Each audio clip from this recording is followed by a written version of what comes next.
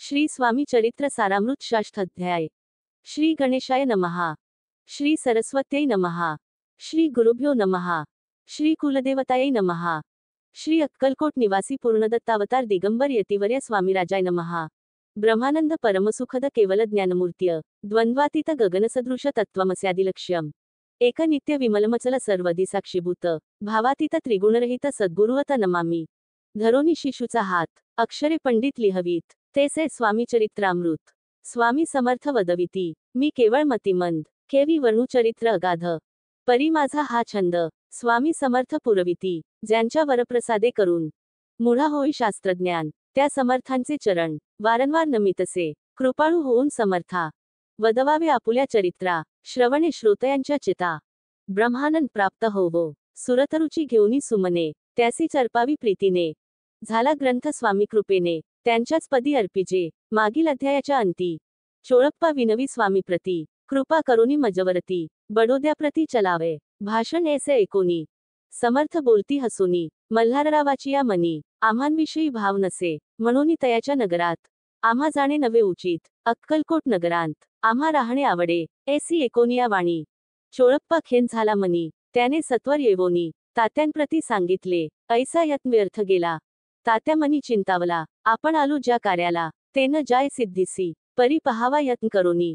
ऐसा विचार केला मनी मग काय केले तात्यांनी अनुष्ठान आरंभिले ऐसे नाना उपाय केले परी ते सर्व व्यर्थ गेले कार्य सिद्धीस न गेले खिन्न झाले मुख त्यांचे भक्ती नाही अंतरी दांभिक साधनांते करी तयांते स्वामी नरहरी प्रसन्न कैसे होतील तयांनी माजविली ढोंगे आणि केली नाना सोंगे भक्तिवीण हटयोगे स्वामी कृपा न होय मग तात्यांनी काय केले सप्ताहासी ब्राह्मण बैसविले गुरुचरित्र आरंभिले वावयासी स्वामी कृपा परी तयाच्या वाड्यात कधी न गेले समर्थ तात्या झाला व्यग्रचित्त काही उपाय सुचेना मल्हारराव नृपाने पाठविले ज्या कार्याकारणे ते आपुल्या हातून होणे अशक्य असे वाटते आता जाऊनी बडोद्यासी काय सांगावे राजयासी आम्ही सकळ जनांसी तोंड कैसे दाखवावे ऐशा उपाय करोन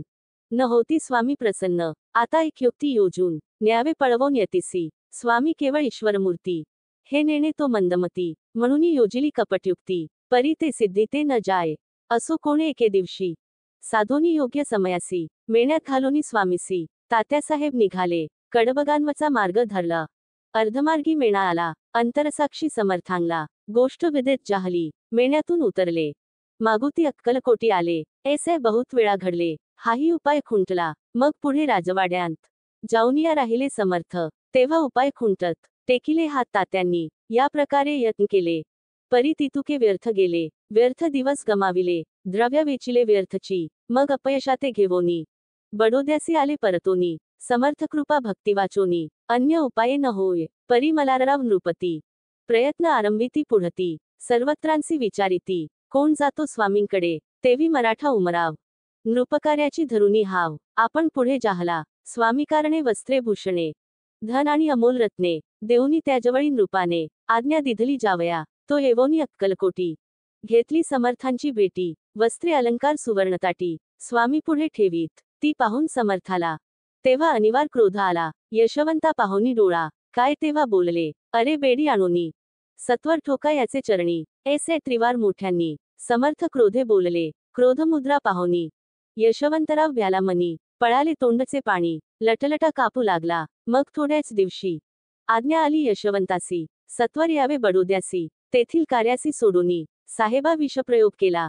मल्हाररावावरी आळ आला त्या कृत्यामाजी यशवंताला गुन्हेगार लेखिले हाती पायी बेडी पडली स्वामी वचनाची प्रचिता आली अघटित लीला दाविली ख्याती झाली सर्वत्र समर्थांची अवकृपा जयावरी त्याच्या कष्ट होती शरीरी कृपा होय जयावरी तया सर्वानंद प्राप्त होय महासमर्था भक्तपालका अनादिसिद्धा जगन्नायका निशिदिनी शंकर सखा विष्णूची या मनी वसे इति श्री स्वामी चरित्र सारामृत नाना प्राकृत कथा सम्मत सदा भक्त परिसोत षष्ठ अध्याय गोढा श्री स्वामी चरणार्पणमस्तु श्रीमस्तु शुभम भवती।